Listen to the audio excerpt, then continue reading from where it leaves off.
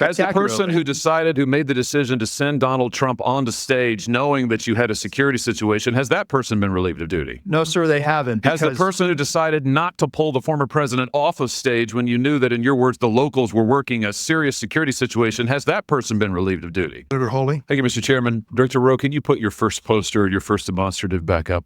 Please put A up, please. Let's make sure everybody can see it. This is the photograph, I believe, that you took, your team took, of the roof, the AGR roof. Yeah, that's the one. Okay, so from this vantage point, as the law enforcement who are in those windows, as they look left, they should be able to see the shooter clearly there on the AGR second floor roof. In a jaw-dropping exchange, Senator Josh Hawley takes on the Secret Service for their catastrophic failure during a Trump rally where an assassination attempt unfolded. The Secret Service's failure to act quickly enough, as Hawley points out, could have led to disaster. From security lapses to lack of accountability, Senator Hawley leaves no stone unturned. Let's dive into the details and cover why this failure is a serious problem for our national security. My question is, why is there not a Secret Service counter sniper on that roof? So, Senator, we're when we post up, our methodology is to look at things that can see in on our protectees, so that they can provide that coverage. But why is there not a Secret Service counter sniper there with clear line of sight? That roof has a clear line of sight to the former president. Why didn't you put a Secret Service counter sniper there? The Secret Service's counter sniper role is to neutralize those threats that are looking in on us from where the protectee is, not necessarily you think maybe you might want to revise that protocol in light of what happened here?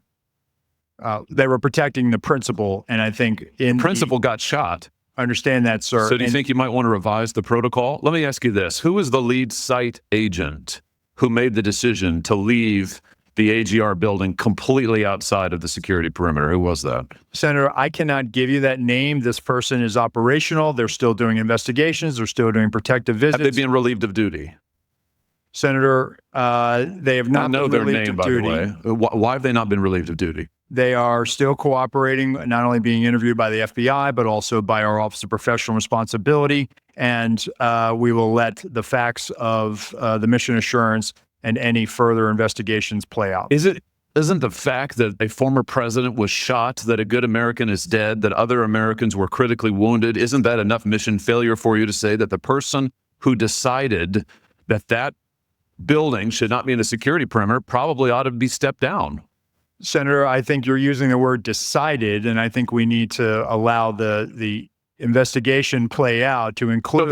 So who did make the decision then? If it wasn't the lead site agent, who made the decision not to put that in the security perimeter? Senator, you're zeroing in on one particular agent. I want to find out exactly what was the entire decision process. So I think I want to be neutral and make sure that we get to the bottom of it and interview everybody in order to determine if there was more than one person who perhaps exercised bad judgment. Well, sure. My question is, why don't you relieve everybody of duty who made bad judgment? So yeah, you're right. I am zeroing in on somebody. I'm trying to find somebody who's accountable here. And you're telling me that the person who made the decision not to include this in the perimeter has not been relieved of duty. What about the person who's in charge of the interoperability of radio frequencies between local law enforcement and Secret Service? Has that person been relieved of duty? No, Senator, because interoperability is a challenge, is a greater challenge than just one person. On that day, we had a counterpart system.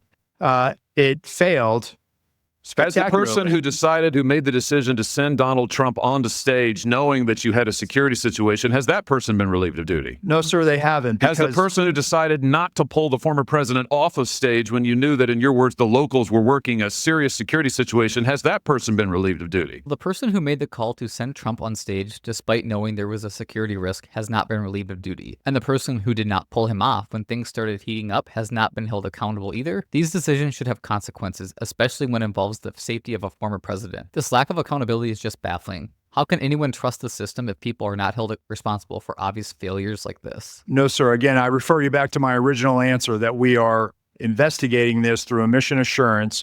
And as opposed to zeroing in on one, what more do you need to investigate to know exactly what the decision-making process was? What more do you need to investigate to know that there were critical enough failures that some individuals ought to be held accountable? I mean, what more do you need to know? What I need to know is exactly what happened, and I need my investigators to do their job. And I cannot. A lot of people didn't do their jobs. I cannot put my thumb on the scale. Otherwise, what do you mean put your thumb on the scale?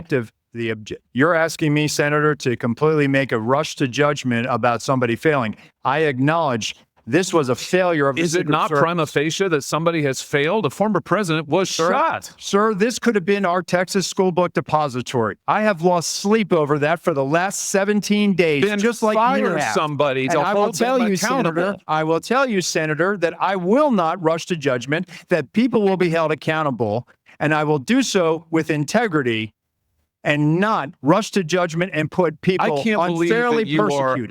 Unfairly persecuted? Unfairly, sir. We dead. have to be able to have a proper investigation into this, Senator. You said earlier that you've got to make sure that your protocols are followed, and unless there's a protocol violation, people wouldn't be disciplined. I would just say to you, I don't really care that much about your protocols. I think if your protocols don't provide for the fact that when a former president is shot, when an American is killed, when other rally goers, innocent people who just showed up on the day, when they are shot at and critically wounded, if that isn't a protocol violation prima facie, you should revise your protocols. Senator, I think this is where you and I agree. This was a failure, and we will get to the bottom of it. Well, I hope you're going to do something about it. Let me ask you something else.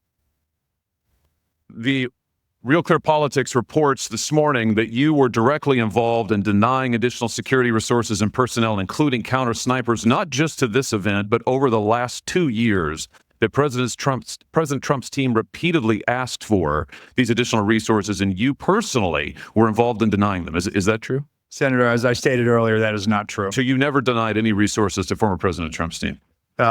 No, not me. No, sir. And you weren't involved in any of that? You were never involved in the decision-making? No, sir, I was not. Let me ask you just one or two other things here quickly. Well, whistleblowers tell me that, in fact, law enforcement were stationed to be on that roof and that law enforcement abandoned their post because it was too hot. Is that accurate? Senator, I have heard that as well. Again, they posted up inside. And I think moving forward, as I said earlier, we're going to ensure that state and local counter snipers are on roofs. But do you know if someone was supposed to be on the roof? Do you know if someone was in fact? That's what the whistleblowers tells me. That may or may not be accurate. Do you know that to be the fact? Was somebody posted to the roof, local law enforcement or whomever?